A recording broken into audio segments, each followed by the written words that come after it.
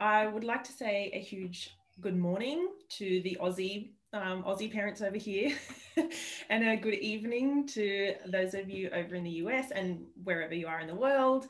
I want to say a huge hello and a welcome and thank you for hopping on whilst I speak to this beautiful lady that I'm very excited that I pinned down, Sue DeCaro. I will introduce her in a moment. I'm just going to keep my my Facebook Live feed up here. If you guys have any questions throughout our conversation, pop them in the comments on Facebook and I'll check here and there and be able to bombard Sue and put her on the spot. Awesome. Love it. She's well seasoned with doing interviews and coaching and things. So go for it. This is the beautiful Sue. Sue, thank you so much for coming on and giving us your time. Oh, it's a pleasure. Thanks for having me. Oh, you're so welcome. So when I first met Sue, we were, I had seen her parenting. I mean, we're both parenting coaches and we work with families. And I just felt straight off the bat, this beautiful, authentic, real energy and this kind of sense of sharing and family and just helping one another and helping everyone around her in her circles. So I just, I really wanted to get her on and allow her to share about her parenting expertise. She is a worldwide parenting coach. She's a best-selling author. And I want to jump straight in and kind of ask, I will leave the introduction to you to let us know sort of, what are you passionate about with parenting? What brought you to this space? Just go for it. So I'm extremely passionate and thank you so much. I'm a heart-centered coach too. I really believe that we have to tap into our heart in doing this work and connecting with others to help everyone who is in the life of a child feel the connection to the child, help the child grow and thrive in a way that serves the child as well as the adult. So there's a lot of different pieces here that I am thrilled and passionate about doing. A lot of my work involves working one-on-one with individuals, couples. I do corporate work as well as speaking in corporations, as well as schools to help people navigate life's daily challenges. And I have to say the short version of why I'm in this work is my greatest awakener. And that is my oldest daughter. Way back when, she's now 26, way back when we called children in this arena, not spirited, and not a great awakener, but a challenge. And so, 20 years ago, she was extremely challenging because that's the language that we knew. And what I didn't know for many years was that the challenge was really about my rising and my supporting her in a different way to help see what she needed to thrive. And so, again, to make a long story short, it was chaos in my house every single day. And when I mean chaos, a lot of yelling, a lot of screaming, right? That throwing things, my favorite place to hide was my closet, my walk-in closet, and I'd go there to cry.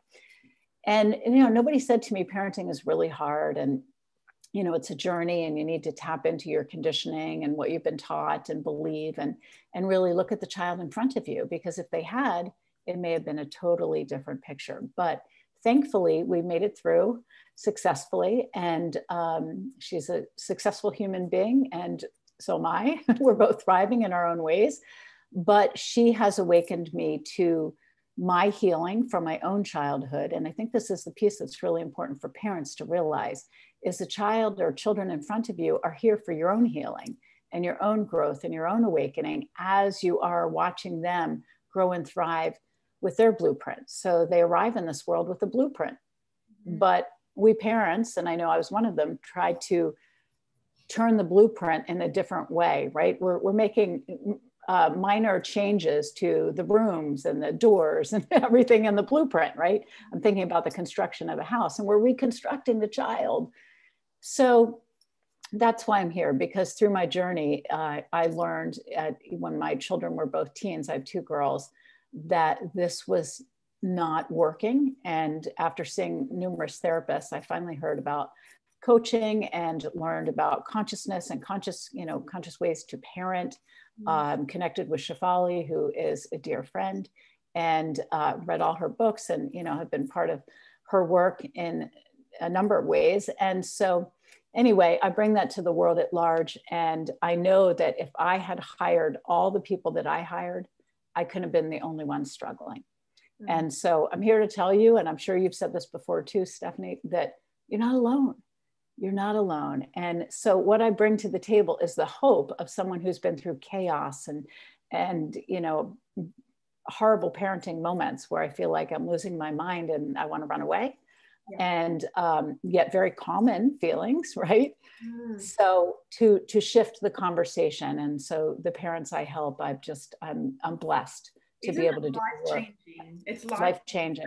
I often say that, I don't say this lightly, it's life-changing because like you said, we can have chaos at home. And I've had parents tell me, I am worried, or I think I am scarring and breaking my kids, and there's chaos and it's a jungle. So I so hear that.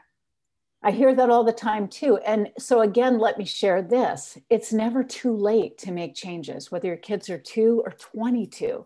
So, my 2 now are 26 and 23.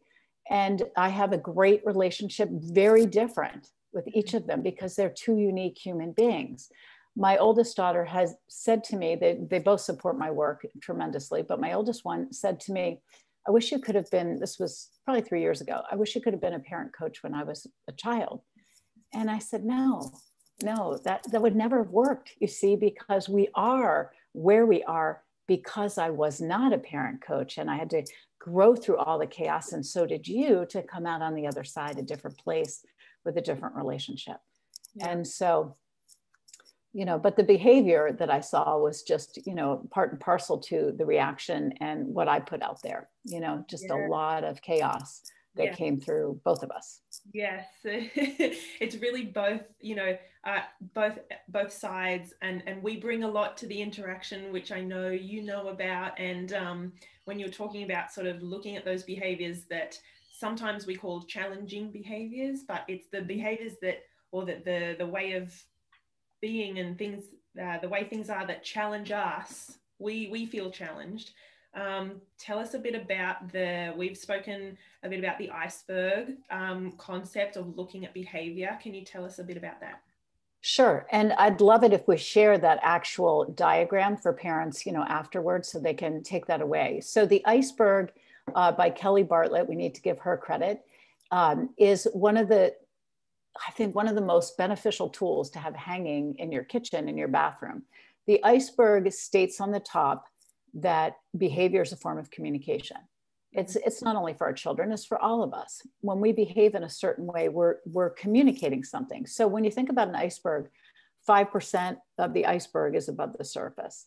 And that is what you can see. So a child behaves in a certain way, like opens the refrigerator, gets food out. You can see your child must be hungry or bored because they're eating. So that's obvious.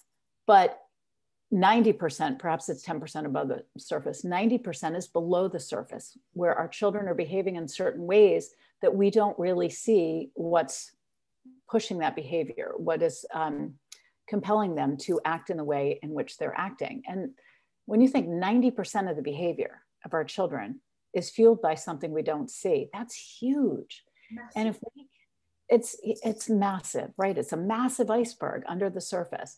And if we can start connecting as parents to what's beneath the behavior and not the behavior itself, we're actually able to help our child connect with what's going on underneath.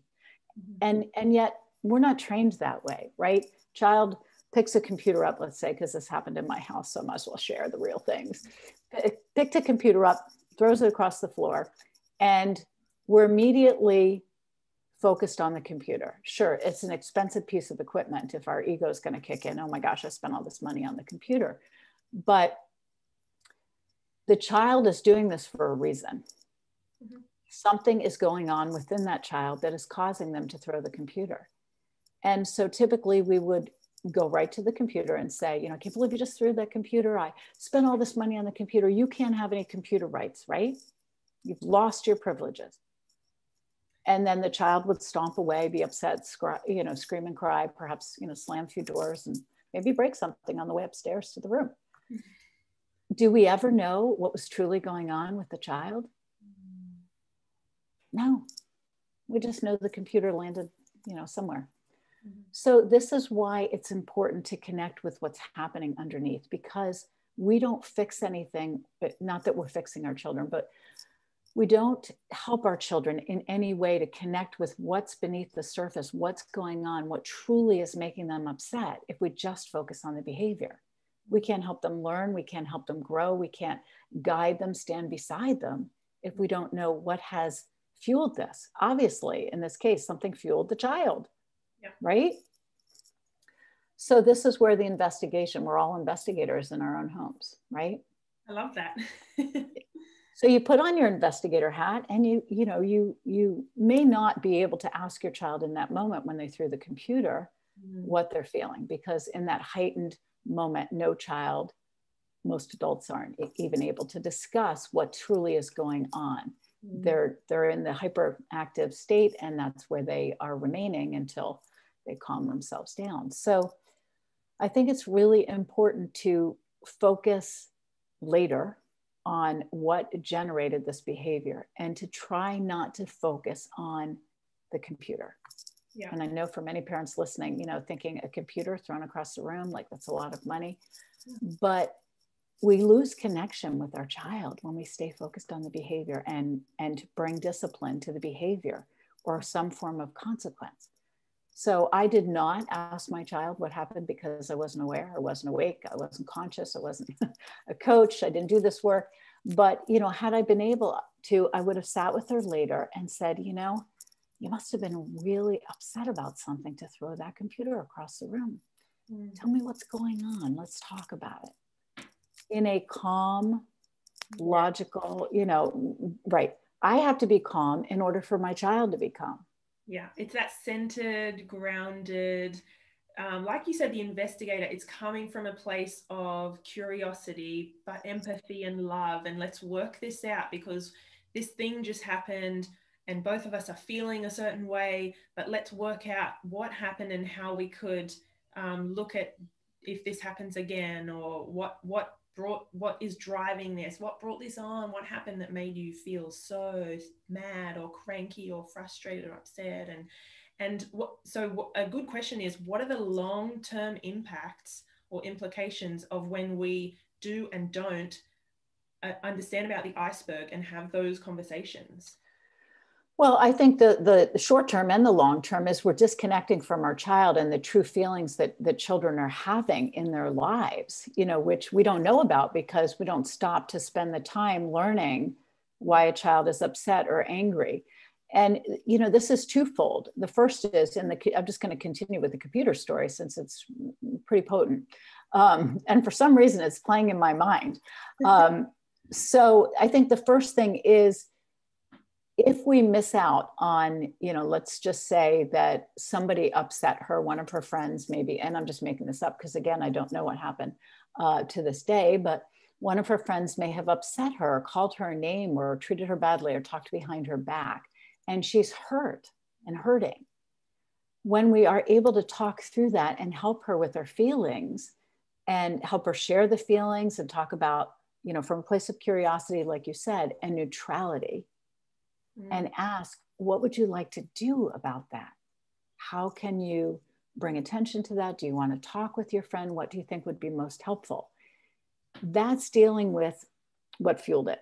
The second piece of this is helping our children to find what I call, in quotes, appropriate ways to manage their anger or their frustration or their hurt or their pain, so that, computers aren't being thrown across the floor, because every day if we have that, obviously, we're going to spend a lot of money on computers.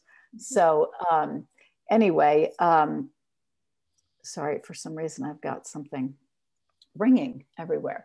But I think it's really important to handle it in both respects. So later, after you talk with your child about what fueled them, then you can bring attention to what are some ways that we might be able to express our frustration when we feel like this? Because obviously, that's a big emotion, bringing empathy and compassion and understanding. And yet throwing the computer is probably not the best choice. And even asking, do you know why that's not a good choice? So that they can feel empowered to say, well, they're pretty expensive. Yes, right. And that's not really, it's going to break and then I won't be able to use it. Right. So the child is actually coming up with all the reasons why this is not the best choice. And then with your child, you can develop other techniques and ideas that they can use when they're angry and not able to, to learn yet to speak about what the problem is. Because again, if we look at the iceberg, 90% is beneath the surface that they're not willing to share in that moment usually. Yeah. We can help them to connect with it. But in that moment of, sadness, frustration, upset, they're not going to say, I'm feeling really hurt and insecure because my friends have left me out. They need to process it first. Yeah. Right? Yeah. So would you say that what we see might often be something that looks like or that is anger, but underneath what is driving that, or the true feelings maybe might be the loneliness, the sadness, the overwhelm, the stress, the feeling left out, like those other emotions? Absolutely. Yeah. Three things are really important. And I think there's a million things under these three things. First is, am I seen? Am I heard? And do I matter? So, am I seen in school? Do I connect with my friends? These are all day long, our kids are asking this question silently in every way, shape, and form. So, if you just take that away from this conversation, I see my kids, right? I hear my kids, I listen, and I make sure they understand they matter. That's huge for every child. We all want that. I want that too, right? I want to be seen, heard, and valued. But I think that when we are able to look underneath, we're going to see a lot of things, the hurt, the sadness, the insecurity, the hangry. Okay. My youngest would have hangry a lot, hangry activities a lot. I don't know how else to describe that, but, she would be nasty. The mouth was just horrible until she got food. And then it was like, boom, it just flipped on a dime. And it took a lot for me to recognize, oh my gosh, she needs food. Oh my gosh, she needs food. And just throw this kid some food before, she takes us all down. So we have to be investigators from a curiosity place. Like you said, that curiosity is one of my favorite words, and bringing that to what could be going on with my child right now. I wonder what my child is feeling. I wonder how their day was at school. If your child is actually in school, what was the relationship with the teacher like today? Was it hard because of COVID? Did it feel more uncomfortable today? Was it stressful? Was lunchtime stressful? All these things could be going on in our children's minds. Mm-hmm. And I think sometimes even just pausing and having the awareness of the iceberg and of what is underneath the behavior and what questions can I ask, that in itself is a circuit breaker for us, which helps us to stop and to just slow down and to have the conversations rather than just reacting and potentially making things a lot worse. Like when right. if you had snapped at your daughter and said, go upstairs, and I can't believe I you did. stuff, when that is, I know we're all human, but when those things are done consistently, severely, and ongoingly, then, what I always kind of say, what message are we sending our kids? But also, what message are they receiving? Because we might be thinking, well, we're disciplining them, and that's the right thing to do. They need to learn not to throw the computer. But then I think, sort of like what you said, what message are they receiving? It can be very different. And they might be receiving, I don't matter. You don't see me. You don't care about what's going on. You just send me up to my room when I can't deal with things. Right, because they aren't able to say, ask me about what my friend just did. Ask me about my hurt in this moment. They're not able to tell us the cue that we might need to tap into their feeling or emotion. Yeah. But I think they expect us, to be somewhat of an investigator. And it is part of our, beautiful role in this world to investigate what might be behind the behavior. And you're absolutely right. I'm not a big fan of discipline. I believe discipline in the conscious approach should be used as a way to teach our children not to scold and manipulate and coerce into better behavior. So, you know, in my book, there's no good and bad behaviors, there's just behavior. And all of it is a form of communication. Yeah. So the more we look beneath the surface, the more we can understand about our children. And this is the place where we truly can make deeper connections with our kids by asking those important questions from a place of curiosity. If you know your child is having social problems, then you know you would automatically go there. And that's not a bad thing. I wouldn't assume that you know exactly what's going on, but you can certainly ask a question. Did something happen with your friends today? And they may scream, no, you know, okay, well, maybe at some point, you know, when you feel a little calmer, we can talk about what happened. But this is a huge form of communication. It just is not clear. And we have to work hard to find out what is beneath the surface of the iceberg so that we can help our child in so many ways. Yes, I love that. I think we are so aligned with that ethos, or that approach of looking underneath or behind, and not just looking at the surface and what we see in our busy life, you know. And I wonder whether it's okay to ask you a question. I've got a question from a parent. Sure. And you can ask me anything. I love to be put on the spot. It's one of my favorite things, is not to know what we're going to talk about. Okay, so this is a question from Dean, and he said, siblings often lash out at each other, older ones against younger ones, and how do we help them before any physical, e.g. hitting or pinching, happens? So how do we help there before it gets to that level? So, you know, that's a great question. And I think we can be proactive before, you know, we have the iceberg kicking in where, you know, they're communicating, this one's more important than me, you love this one more. Sibling rivalry is part of life. I was one of four. It's part of life. It's going to happen. It's how our children learn, how they grow, how they, you know, navigate their place in the family and their place in the world, which would be, you know, the family and then the community. And I think that the first thing I would suggest is sit down, you know, depending on the age of your children, sit down with your children. I'm a big fan of family meetings, and, you know, to talk about and empower our children on how things could look a little differently. So for example, you bring the kids together and you say, you know, I need your help. I noticed that, you know, you guys tend to fight a lot or not get along, or, you know, the big kids tend to have problems with the younger kids. Let's talk about how we can work together in a different way. I'm not sure what to do to help you all. So let's come up with some ideas together. If you empower your children to be part of the solution, they're going to have more of a buy-in. And if you say you're concerned and this is a problem and you want some help, you're not saying you are the problem.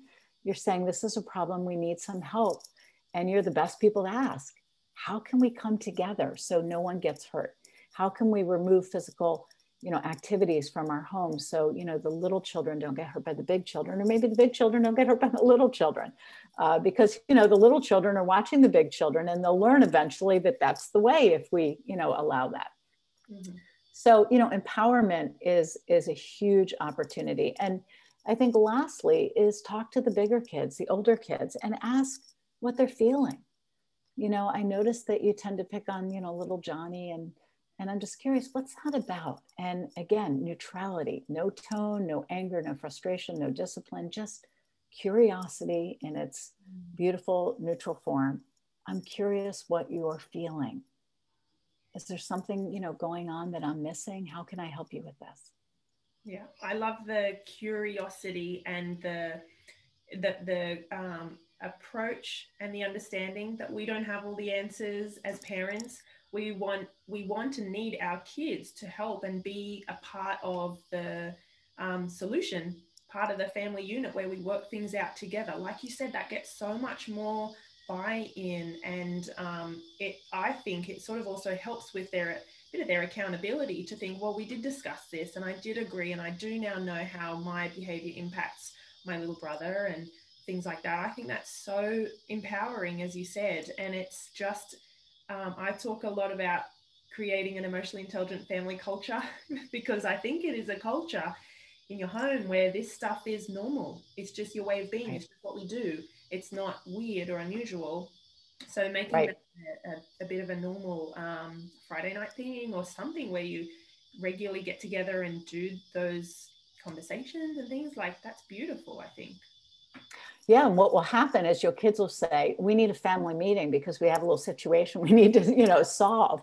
And I think, the old way of parenting was the kids were the problem and we needed to be the disciplinarians. And, we were the parents and it was the top-down approach. And, I really think that parenting is a side-by-side relationship where, I see it and I talk to parents all the time and in my work, we walk beside our children, our footsteps in the sand, next to one another. Theirs are a little smaller than ours, but they're side by side. We're equal partners. Yes, we still have to use what my parents, that I work with like to call the parenting card.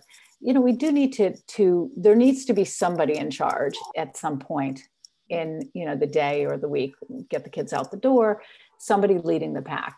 But at the same time, we're in it together. And the more they have the opportunity to contribute, discuss, and offer their ideas and solutions to whatever it be. If your kids aren't eating vegetables and you really like to see them eat vegetables, talk to your kids. Yeah. We'd really like to see you eat more vegetables. What if we all go to the store? I'd love to see what it is you'd like to bring home and cook, and help me in the kitchen. And let's see what we can create together.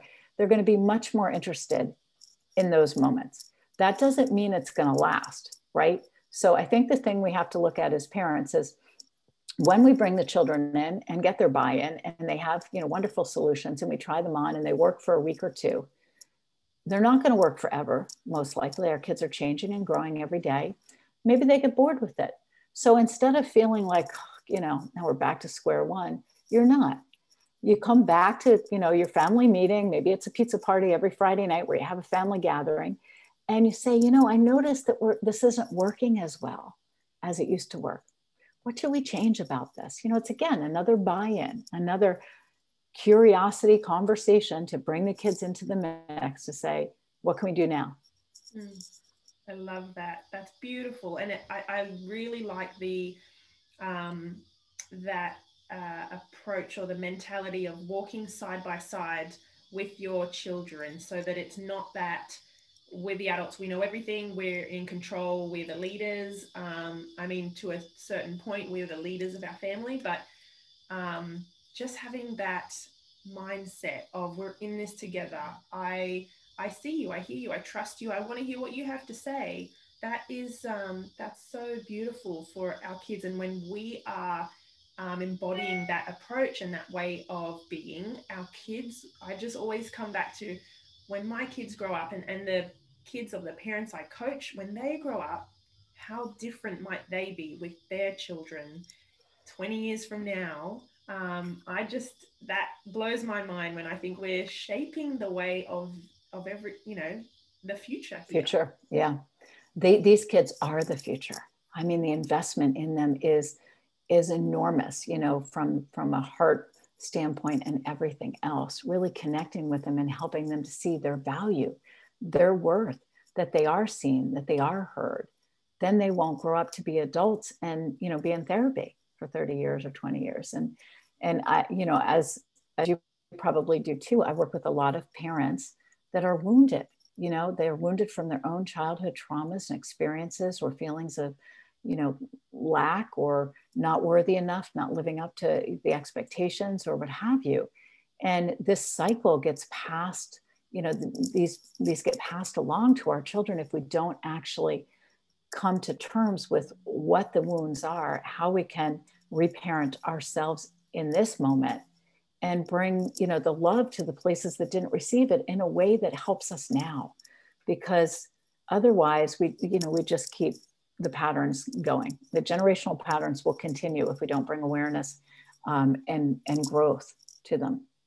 Yep. We're not just doing parent coaching or, helping families. It's breaking those long generational patterns of how things were and how things used to be. And we know different now. We know better now. And it's so inspiring talking to you. I feel like we could talk for 2 hours. We could, for sure. But I would love you to let us know how, where people can find out more about you and your work and learn more. Share with us that. Sure, absolutely. So you can find me on www.suedecaro.com. A lot of information there. I'm on Facebook, Sue DeCaro. I have a private group called Conscious Parents Thriving Kids and a podcast, Conscious Parents Thriving Kids. And everywhere, every social media, I'm Sue DeCaro. I guess I just like my name, but it's the easiest way. So anyway, yeah. And thank you so much for this rich conversation. It's inspiring as well on my end to talk with you about anything and everything that we've been talking about over the past month or two that we've known each other. Yeah, thank you so much. I really appreciate your time and sharing your expertise, your wisdom, and your experiences, your real family experiences. That is really meaningful. Is there any one little sort of sentiment or something, tip or anything that you want to sort of leave us with, the parents who are watching? Absolutely. Yes. I think one of the most important things I like to tell parents is be gentle with yourself, because this takes a lot of energy. You need to fill your cup and make sure you're not pouring from an empty cup, and be gentle with yourself, because every moment is a new moment, right? And you can always do better as you learn and grow, but be gentle, be kind to yourself. Yeah. Beautiful. I wholeheartedly agree. Be kind to yourself. It's a journey. We don't have to have it all figured out right now. That's right. That's right. Moment to moment. Yes, it's okay. Okay. All right. Thank you so much. And thank you again. I will put Sue's links in the comments or the description here as I can after we hop off. So have a beautiful rest of your day. Do you have the iceberg as well, or should I send that to you? If you can send that to me, the right one or the best one, yeah, put it up. That would be amazing. We'll share it. Thank you so much. Please use it. Hang it on your refrigerator. It's the best tool. Yeah.